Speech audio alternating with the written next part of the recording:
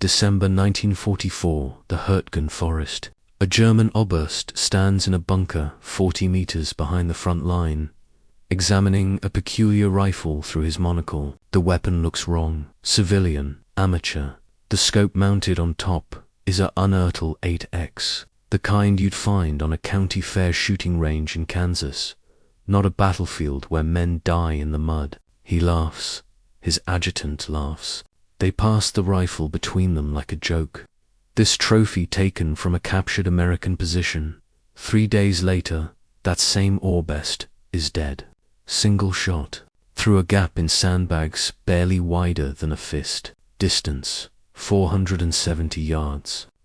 The shooter used iron sights because someone stole his civilian scope. If you think you know this story, you don't. Subscribe now, because what happens next rewrites everything you thought you understood about American snipers in World War II.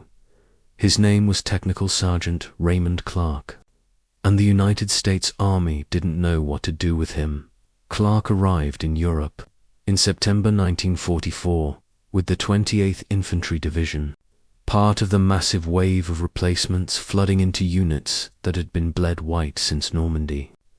He was 26 years old, older than most, a machinist from Butte, Montana, who'd spent his youth hunting elk in the Bitterroot Range and his weekends winning turkey. Shoots with a rifle his grandfather built from parts.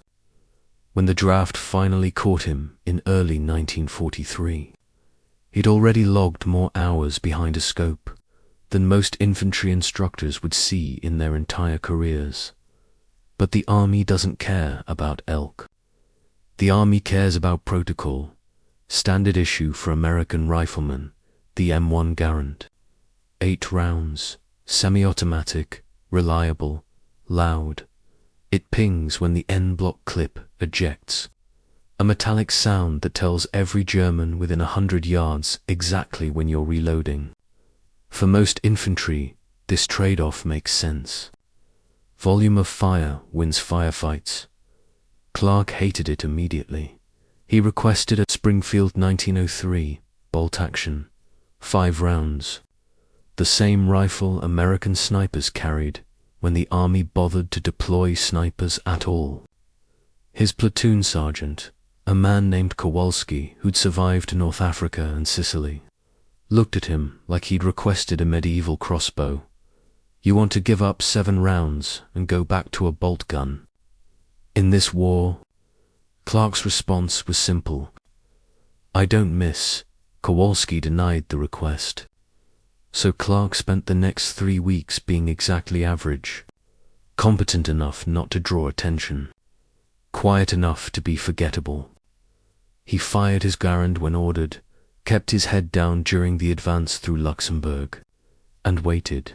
The Hürtgen Forest changed everything. Between September and December 1944, the Hürtgen became a meat grinder that consumed entire divisions. Dense woods, steep ravines, mud that swallowed men whole. The Germans had spent months fortifying every ridge, every trail, every sight line. American infantry advanced through a landscape designed to kill them, and the casualty rates reflected it. The 28th Infantry alone would suffer over 6,000 casualties, trying to push through those woods. Clarke's company entered the forest on November 12th. Within 48 hours, they'd lost 1/3 of their strength. Kowalski took shrapnel to the leg on day 3. The replacement sergeant lasted 6 hours before a sniper round dropped him while he was studying a map. By November 20th, Clarke's platoon had been reduced to 18 men, and nobody was enforcing equipment regulations anymore. He found the Springfield in a supply dump near the aid station. Some poor bastard's weapon, tags still tied to the trigger guard.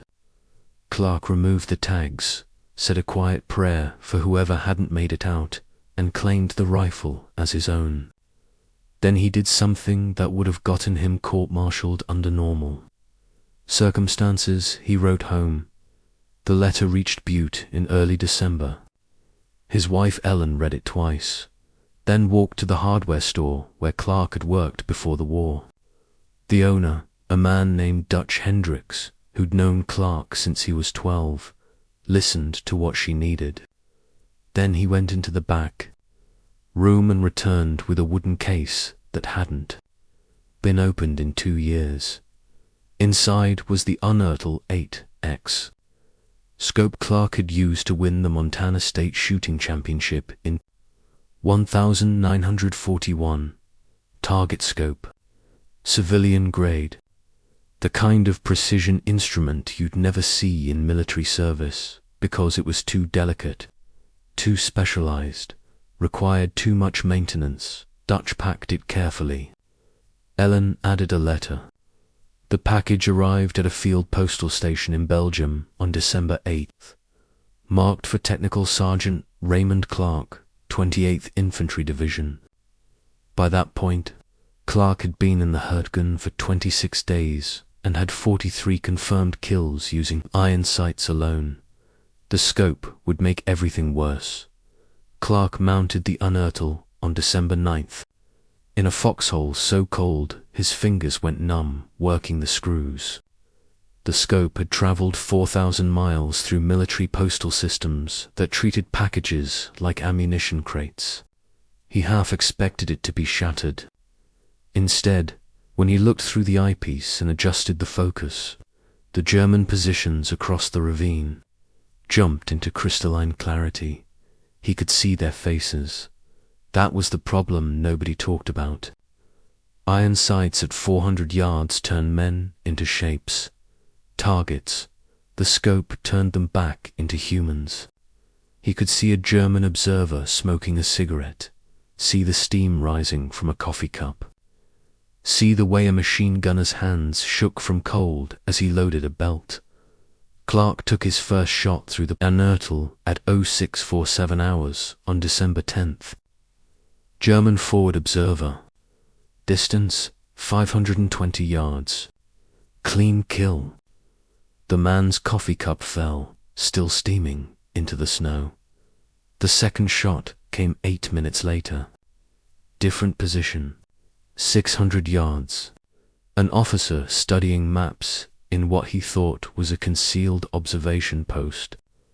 Clarke put the round through a gap between pine branches barely 6 inches wide. By noon, he had 6 kills. By the end of the day, and somewhere in the German lines, someone started paying attention. The Wehrmacht had snipers, good ones. Veterans of the Eastern Front who'd learned their trade in Stalingrad. Men who understood patience and camouflage and the psychological weight of invisible death. They knew what single, precisely placed shots meant. They knew the pattern, but they'd never seen shooting like this. American snipers typically engaged at 300 yards, maybe 400 in ideal conditions. The Hürtgen Forest, with its dense vegetation and broken terrain, usually reduced effective ranges even further. Clarke was taking shots at distances that shouldn't have been possible with a Springfield, hitting targets through gaps in cover that required mathematical precision to even calculate. The German response was immediate and overwhelming. They began marking American sniper positions with colored smoke. They coordinated mortar strikes on suspected hides.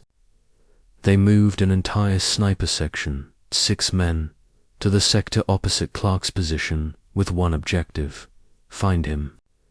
Kill him. Clarke changed positions 17 times in 4 days. The hunting camp rules his grandfather had taught him in Montana applied perfectly to the Hürtgen. Never shoot from the same position twice. Never establish a pattern. Never take the obvious shot when a patient one will serve better.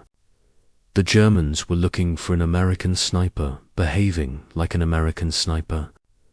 Clarke hunted like he was back in the Bitterroot, stalking elk that could smell you from half a mile away. On December 14th, The German sniper section made their first mistake. They set up a hide in what looked like a perfect position, elevated, concealed, with clear sightlines across the American sector. Clarke spotted them at dawn because they'd broken one fundamental rule. They'd gotten comfortable. 6 men, 1 hide, all focused forward. Clarke was behind them.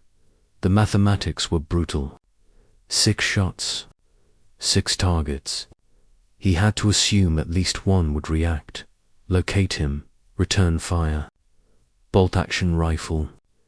He'd need approximately 4 seconds between shots to chamber the next round. Reacquire the target, adjust for any movement. Total time, 24 seconds. In those 24 seconds, he'd be the most exposed he'd been in the entire campaign.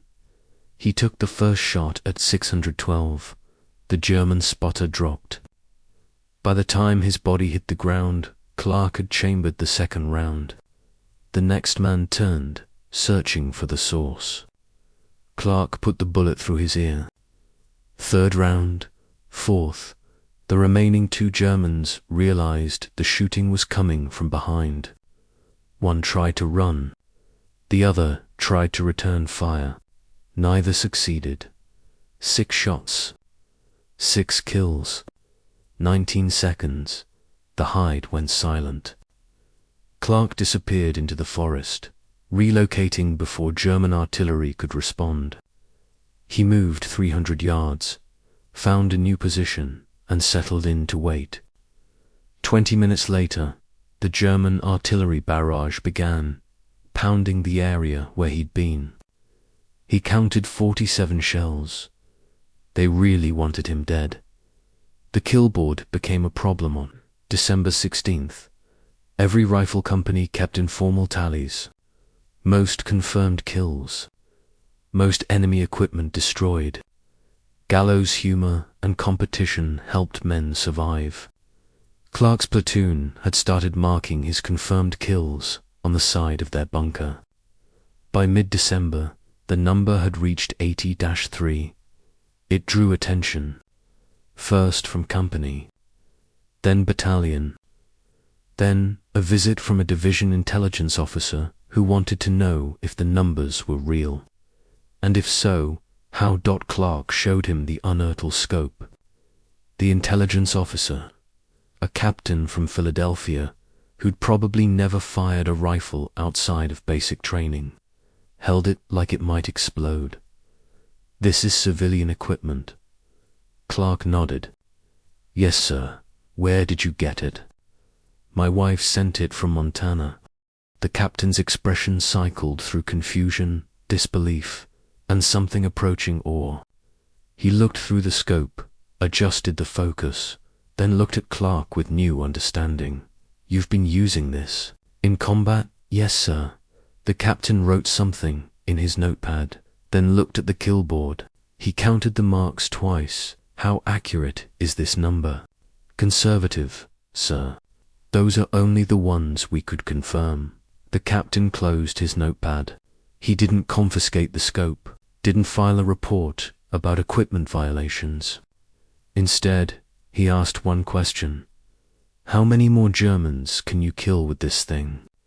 Clarke's answer was immediate. "As many as the army needs." The captain left. The scope stayed. And 3 days later, the Germans launched their winter offensive through the Unertl. And suddenly, nobody cared about equipment regulations anymore. The Battle of the Bulge began on December 6, 1944. The German assault smashed through American lines in Belgium, creating chaos and confusion across the entire front. The 28th Infantry Division, already battered from the Hürtgen Forest, found itself directly in the path of the offensive. Clarke's company was ordered to hold a critical crossroads near the town of Wiltz. The position was indefensible. Everyone knew it. "Hold it anyway," the orders said. "Buy time for the units behind you to organize a defense." They held for 4 days, Clarke's role shifted. He wasn't hunting specific targets anymore. He was breaking attacks. German infantry would form up for an assault, officers shouting orders, men preparing to charge. Clarke would identify the leaders and drop them one by one. Not the first man. Never the first man. Let them commit to the attack, then remove the officers coordinating it. Watch the assault lose cohesion, men diving for cover, the momentum dying. He did this 16 times between December 16th and 19th. The Unertl scope became famous in ways Clarke never intended. German prisoners mentioned it during interrogation. They called it der Geisterschätz, the ghost shooter. Some claimed it could see through walls.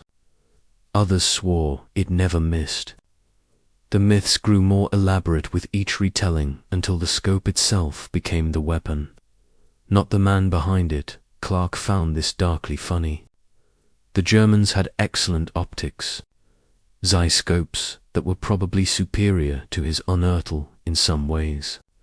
But they'd built their sniper doctrine around different principles. Controlled shots at moderate ranges, patience over precision. They weren't trained to engage at the distances Clarke preferred, and they certainly weren't expecting a civilian target scope in a combat zone. On December 20th, the position at Wiltz became untenable. The Germans had brought up armor, and American anti-tank capabilities had been reduced to a single bazooka team and prayers. The order came through at 1400 hours. Withdraw. Clarke volunteered to stay behind with 3 other men to cover the retreat. Nobody argued. Everyone understood what covering fire meant in this context. You bought time with your life. The German assault came at 15:30. Clarke and the others were in a stone barn overlooking the main road. The Germans advanced with 2 Panzer IVs and approximately 60 infantry, against 4 Americans with rifles. The mathematics didn't work. Everyone knew it. They fought anyway. Clarke used the last of his ammunition killing German infantry at ranges most men couldn't see with binoculars. He watched through the Unertl as German soldiers dove for cover, trying to understand where the shots were coming from. He saw their confusion turn to fear, then frustration, then rage. When his Springfield ran dry, he picked up a Garand from one of the fallen men. When that ran dry, he used a German Kar 98K. When the barn caught fire from a phosphorus grenade, he grabbed the Unertl, left everything else, and ran. He made it back to American lines at 1847 hours. He was the only one from the covering team who did. The scope's glass was cracked. Not shattered, just a single fracture line running through the lower left quadrant of the lens. Usable, but imperfect. Clarke looked at it in the firelight of a makeshift bunker, exhausted beyond words, and started laughing.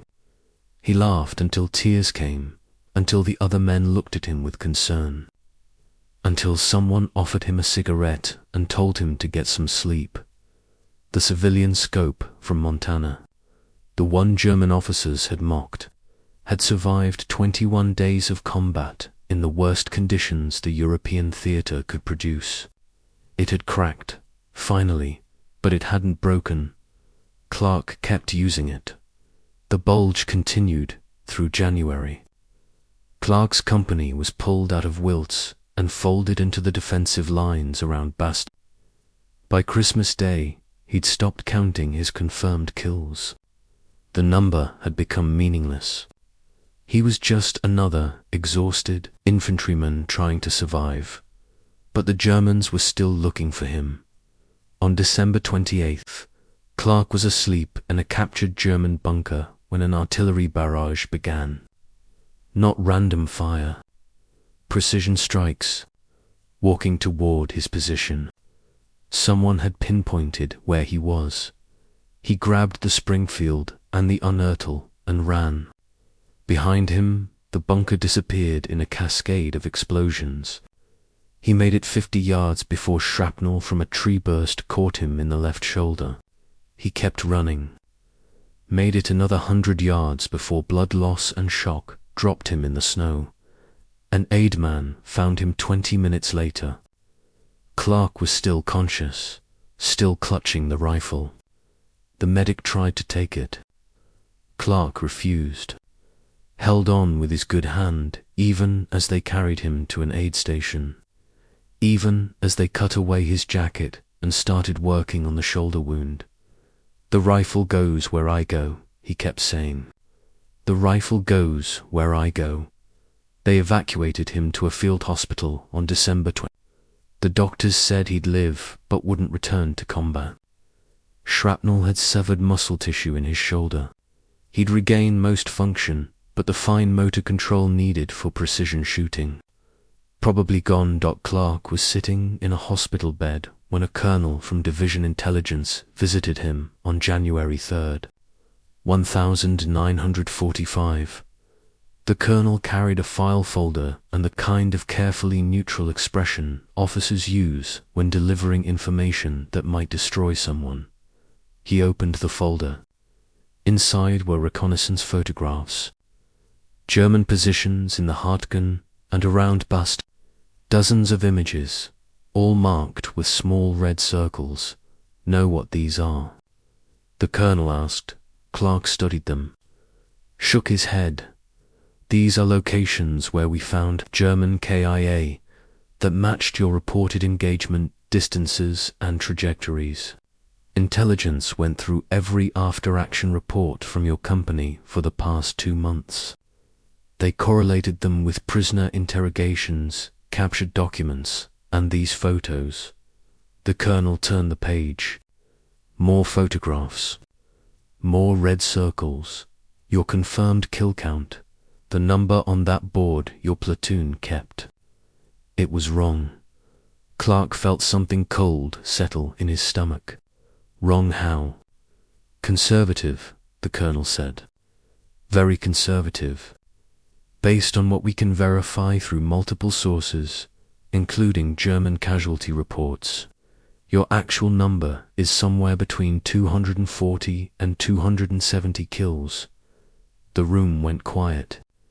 Clarke looked at the photographs, at the small red circles marking places where men had died because he'd looked through a civilian scope and made calculations involving wind, distance, and the tiny human spaces between pieces of cover. The colonel closed the folder. "The army wants to put you in for a Distinguished Service Cross, maybe the Medal of Honor if I can convince the brass. But I need to ask you something first, and I need an honest answer." He leaned forward. "Did you ever regret it? The way you fought?" Clarke thought about this for a long time. He thought about the German observer drinking coffee, about the 6-man sniper section, about faces seen through magnified glass at distances where most men became abstractions. He thought about his grandfather teaching him to hunt in the Bitterroot Range, about respect for the animal, about clean kills and wasted nothing. "Every single one," he said finally, "and I'd do it exactly the same way again." The colonel nodded slowly.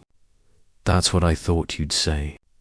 That's what makes you different from most of them." He stood to leave, then paused. "One more thing. That scope of yours. The Germans found out about it. We've been intercepting their communications. They're obsessed with it. They think it's some kind of secret American superweapon. They've apparently been trying to capture one for weeks." Clarke laughed. It hurt his shoulder. "It's a Unertl 8X target scope. You can order them from a catalogue, I know," the colonel said. "But they don't. And honestly, after seeing what you did with it, I'm not sure I want to tell them." The Medal of Honor recommendation was denied. The Distinguished Service Cross was approved.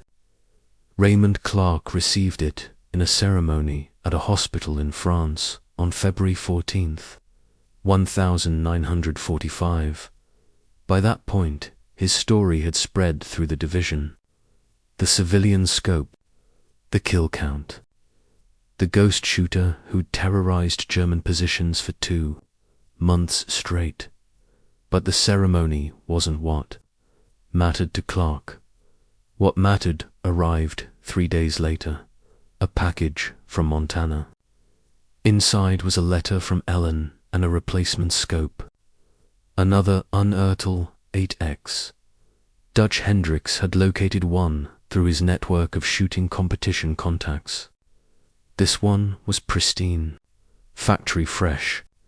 Ellen's letter was brief. Dutch says this one's better than your old one. He adjusted it himself. Come home safe. Bring them both back. Clarke held both scopes in his hospital bed. The cracked one that had survived the Bulge. The new one that would never see combat. He should have felt relief, pride, something. Instead, he felt the weight of 270 men whose faces he'd seen through magnified glass in the instant before he pulled the trigger. He was discharged from the army. On April 21st, 1945, the war in Europe ended 3 weeks later. Clarke returned to Butte in June, went back to work at the hardware store, and never touched a rifle again for the rest of his life. The cracked Unertl scope sat in a wooden box in his basement. He couldn't throw it away, couldn't bear to look at it. Ellen never asked about it, and he never explained. Dutch Hendricks died in 1959, in his will. He left his entire collection of competitive shooting equipment to Clarke, including 2 more Unertl scopes and the rifle Clarke had used to win the Montana State Championship. Clarke donated all of it to a local youth shooting program, except for one item, the scope from the Bulge. Raymond Clarke died in 1987 at the age of 69. His obituary in the Montana Standard mentioned his wartime service in one sentence: local veteran, Distinguished Service Cross recipient, survived by wife Ellen and 2 daughters. His daughters found the wooden box while cleaning out the house. Inside was the cracked scope, a faded copy of the DSC citation, and a letter Clarke had written but never sent. It was addressed to the German soldiers whose faces he'd seen through the glass. The letter was 3 pages long. Most of it was apology. Some of it was explanation. None of it offered justification. It ended with a single line that his daughters would remember for the rest of their lives. I became excellent at something that should never require excellence. The scope is now in a small museum in Butte, Montana. No label explains why the glass is cracked or how many men died because of the calculations made through that lens. Visitors walk past it without understanding what they're seeing. Just a civilian target scope mounted on a wooden display, gathering dust in a place where the war has become history and history has become distant enough to forget the faces, but the mathematics remain unchanged. 270 men, 1 scope, 21 days, and the question that Raymond Clarke never answered, the one that followed him from the Hürtgen Forest to a hospital bed to a basement in Montana. At what distance does a man stop being a man and become a target? And who decides where that line exists? The Germans laughed at the civilian scope. The kill board didn't. Neither did the 270 families who received telegrams about sons and husbands and brothers who never came home, killed by a machinist from Butte who'd learned to shoot elk in the Bitterroot Range and applied those lessons to a war where excellence meant death, delivered with mathematical precision through cracked glass.